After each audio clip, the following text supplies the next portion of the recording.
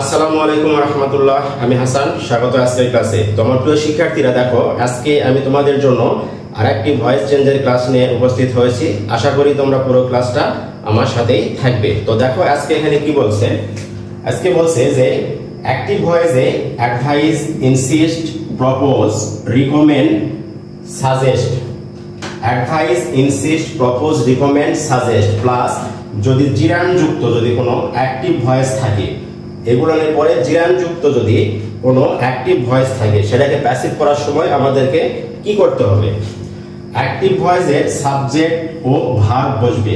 Subject এবং verb, যেটা সাবজেক্টের পরে যে এই ভার্বগুলো থাকবে, এই ভার্বগুলো বসবে। তারপরে কি বসবে? একটা ডাক বসবে। তারপরে জিরান এর পরে যে অবজেক্টটা থাকবে, জিরান এর পরে যে অবজেক্টটা থাকবে, সে অবজেক্টটা বসবে কি হিসাবে? প্যাসিভ ভয়েসে সাবজেক্ট হিসাবে। তারপরে একটা শুড বি বসবে।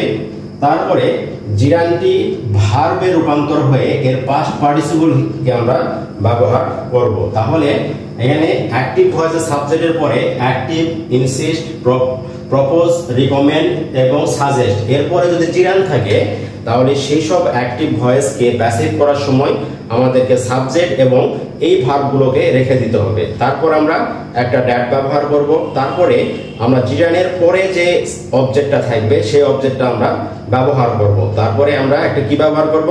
শুড বি ব্যবহার করব। তারপর যে জিরানটা রয়েছে, সেই জিরানের আমাদের ভার্বে রূপান্তর হয়ে তার পাস্ট পার্টিসিপল ব্যবহার করে আমরা প্যাসিভে রূপান্তর করব। একটা উদাহরণ দেখি। The doctor suggested taking healthy diet. এখানে সাবজেক্ট, তারপর এখানে সাজেস্টেড, তারপর এখানে কি আছে? জিরান্ড আছে, তারপরে হেলদি ডায়েট, এটা হচ্ছে অবজেক্ট। তাহলে এই ধরনের বাক্যকে আমাদের প্যাসিভ করার সময় আমাদের কি করতে হবে? আমাদের সাবজেক্ট এবং ভার্ব যথাস্থানে রেখে দিতে হবে। তাহলে দ্য ডক্টর সাজেস্টেড আমরা রেখে দিলাম। তারপর এখানে একটা ড্যাট ব্যবহার করছি। তারপরে জিরানের পরে যে অবজেক্টটা থাকবে, সেই অবজেক্টটাকে আমরা ব্যবহার করব হেলদি ডায়েট। এখানে কি ব্যবহার করছি আমরা? Healthy diet. তারপর একটা কি বসবে? শুড বি বসবে, শুড বি। তারপর এই টেকিং, এই জিরানটা আমাদের ভার্বে রূপান্তর হয়ে টেক হয়ে যাবে এবং টেকের পাস্ট পার্টিসিপল আমরা টেকেন ব্যবহার করব। এখানে ব্যবহার করছি আমরা টেকেন। তাহলে the doctor suggested taking healthy diet, এটাকে প্যাসিভ করতে গেলে কি করতে হবে? দ্য ডক্টর সাজেস্টেড, এটা রয়ে যাবে।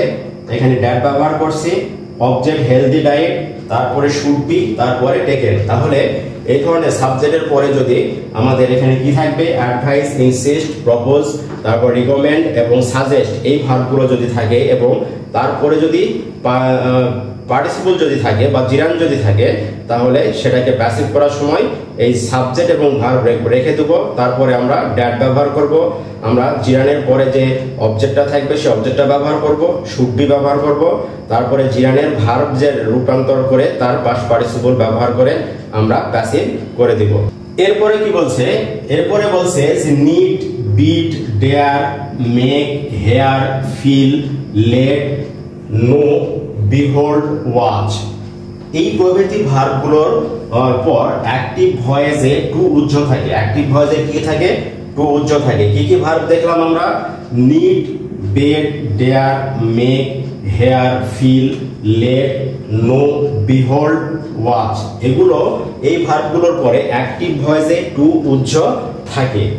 তবে প্যাসিভ করার সময় তাদের পর টু বসে। প্যাসিভ করার সময় তাদের পরে কি বসবে? টু বসবে। তবে শুধুমাত্র লেটের ক্ষেত্রে ভার্বটির সাথে প্যাসিভে টু বসে না। লেটের ক্ষেত্রে শুধুমাত্র প্যাসিভে কি বসে না? টু বসে না। লেটের সামনে কখনো টু ব্যবহার করতে আমরা পারবো না। কিন্তু অ্যাক্টিভে যদি লেট থাকে, তাহলে সেই লেটের পূর্বেও এখানে টু উজ্জ থাকবে। তাহলে এই ভার্বগুলোর পরে সাধারণত অ্যাক্টিভ ভয়েসে টু থাকে না, কিন্তু প্যাসিভ ভয়েস করতে গেলে আমাদেরকে এই ভার্বগুলোর পরে টু ব্যবহার করতে হবে। শুধুমাত্র লেট যদি থাকে, সেই ক্ষেত্রে আমরা লেটের পূর্বে আমরা ইনফিনিটিভ টু ব্যবহার করতে পারবো না। একটা উদাহরণ দেখি।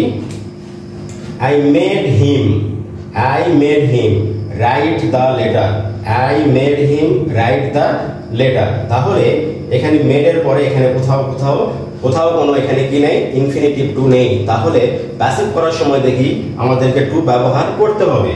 তাহলে এখানে হিমটাকে আমরা সাবজেক্ট করছি হি, মেড এখানে পাস্ট ফর্মে আছে, ওয়াজ ব্যবহার করছি, মেডের পাস্ট পার্টিসিপল আমরা মেড ব্যবহার করছি, তারপরে এখানে আমরা টু ব্যবহার করে রাইট দ্য লেটার আমরা ব্যবহার করছি। এটার কারণ হচ্ছে যে আমরা জানি দুটো ভার্ব যদি একসাথে যদি ব্যবহার হয় তাহলে পরের ভার্ব মানে দ্বিতীয় ভার্বের সাথে আইএনজি হয়, অথবা দুটো ভার্বের মাঝখানে আমরা ইনফিনিটিভ টু ব্যবহার করি।